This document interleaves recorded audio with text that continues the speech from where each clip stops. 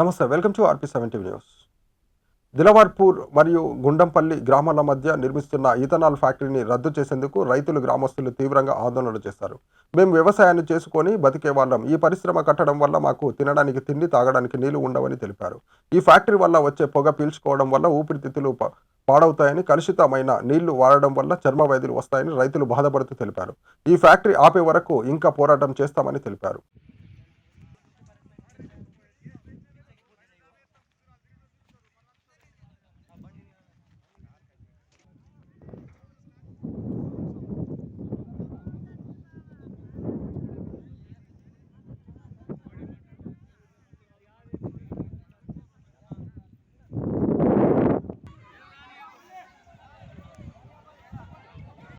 లక్ష్మణ్ ప్రసాద్ మన ఆఫీస్కి వచ్చారు. అప్పుడు మీరు లేదు, మీకంటే ముందు నరసింహారెడ్డి గారు ఇండస్ట్రియల్ ఆఫీసర్ గారు వచ్చారు.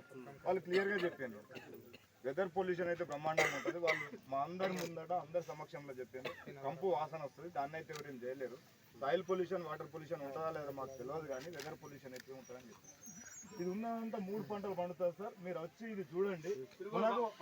మార్చ్, ఏప్రిల్, మే మీరు వచ్చి చూడండి, పచ్చని పంటలు ఉంటాయి. ఇప్పుడు ఇదంతా మాకు ఏడాది కిలోమీటర్ దాకా పోతుంది. మేము ఎక్కడ పోయి బతకాలి? ఇక్కడ ఈ ఫ్యాక్టరీ అయితే మేము ఇక్కడ కాల్ చేయాలి. ఫ్యాక్టరీ మేము ఇక్కడ బతకాలంటే ఈ ఫ్యాక్టరీ ఆగాల. రెండే ఉన్నాయి సార్ ఆప్షన్. అయితే ఫ్యాక్టరీ ఆగాల, అయితే మేము ఇక్కడ